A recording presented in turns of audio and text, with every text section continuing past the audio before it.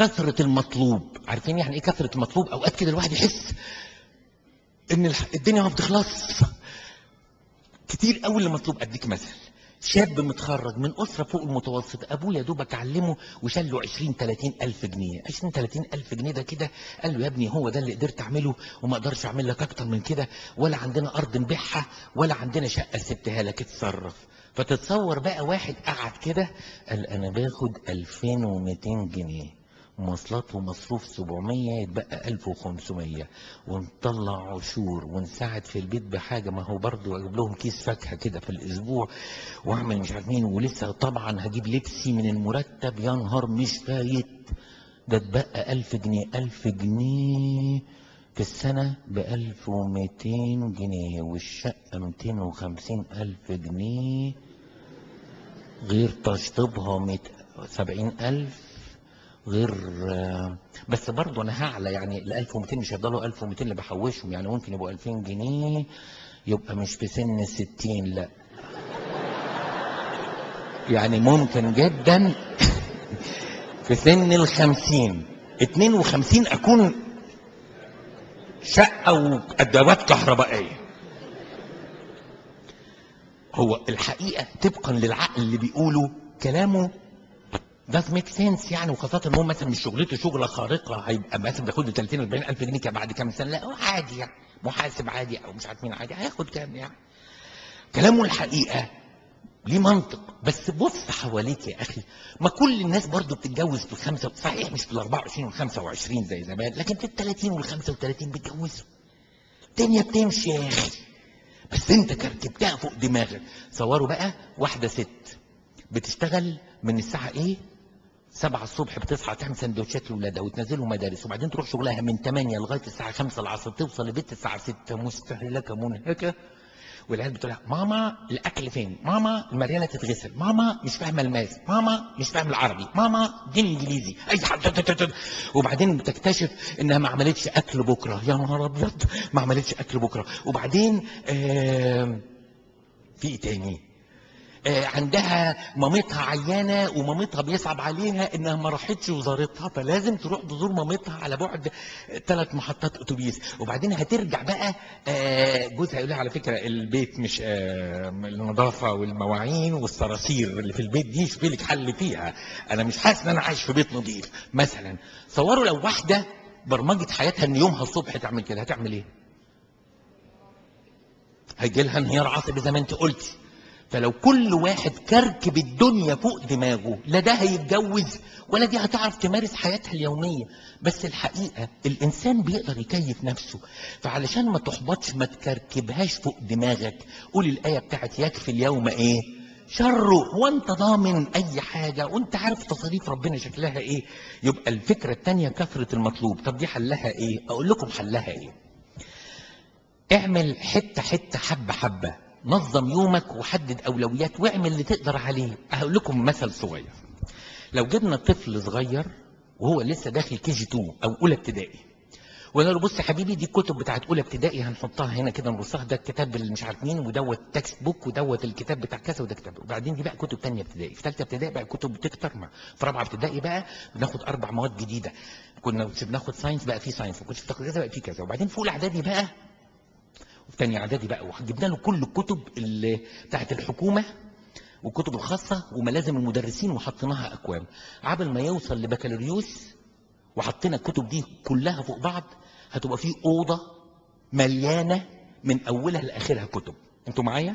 الكتب الخارجيه، والكتاب الخارجي دوت حلو في الشرح بس مش حلو في الامتحانات، والكتاب الخارجي ده حلو في الامتحانات ومش حلو في الشرح، وانتوا عارفين بقى وقصص. ودي بقى ملازم احسن مدرس تنيح في الخمسينات، ودي مدرس كتب بقى ثانويه عامه يعني تعمل ايه؟ المهم مش هي دي القصه. القصه ان تخيل جبت الولد دوت وهو في اولى ابتدائي وفتحت له الاوضه قلت له هيص قدامك 15 سنه تخلص فيها الاوضه دي، الواد هينط من البلكونه. لازم يعمل كده. ليه؟ لان كركبها فوق دماغه. انا اوقات كتير بجيب لنفسي احباط لاني بكركبها، يعني انا خارج مسافر فدورت الكونتاكت لقيت شارع مثلا العروبه واقف، باينه من اولها اذا كانت في مصر الجديده ومش بتفك، امال لما هوصل نص البلد هتفك. ولا اما اوصل لطريق الصحراء ما هي باينه هو يوم غلط. انا بهدلت نفسي. مش يمكن بعد الكوبري او النفق تفك يا اخي؟ مش يمكن كان في واحد متعور وبعدين بس عطل المواصلات وعبل ما جابوا له الاسعاف ولا بتاع اي حاجه، بس انت دايما مكركبها فوق دماغك. طيب انا عندي، يقول لك في ناس حتى في مثل في العالم يقول لك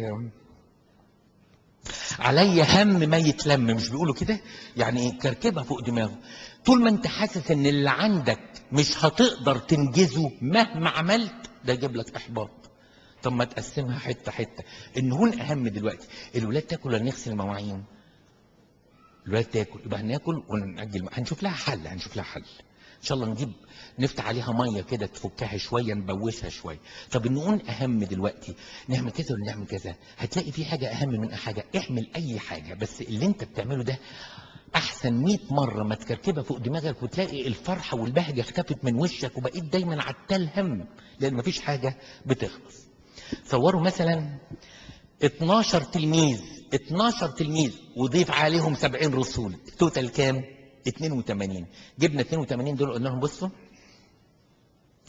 انتوا 82 لا معاكم كاسيت ولا معاكم سيديز ولا دي في ديز ولا فيديو بروجيكتور ولا داتا شو ولا شاشه ولا اي حاجه.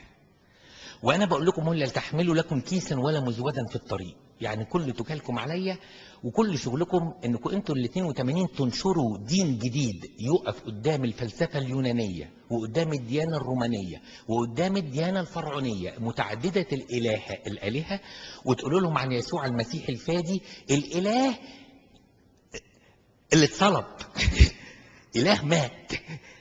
يلا بقى. طب هنروح فين يعني؟ هنكرس في مصر الجديده؟ لا، هتبتدوا باورشليم، بعدين اليهوديه، وبعدين السامره، وبعدين كل المسكونه. كل المسكونه فين يعني؟ تقسموا بقى. ازاي يعني تقسم؟ يعني نروح فين يعني؟ في عربيات ما اتعملتش لسه، طيارات ما فيش لسه. طب بواخر نظيفه كده 16 دور وفيها، لا ما فيش حاجه الحقيقه.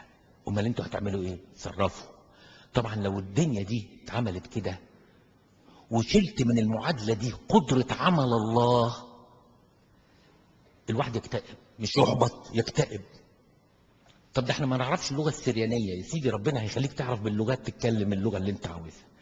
طب وفي تركيا هنتكلم ازاي؟ ربنا هيعلمك لما توصل لافسس هتتكلم بتوع افسس، ولما هتوصل هناك. بس احنا صيادين وما عندناش علم وما دخلناش كليه اللاهوت ولا درسنا في الاكليريكيه ولا مركز الدراسات القبطيه.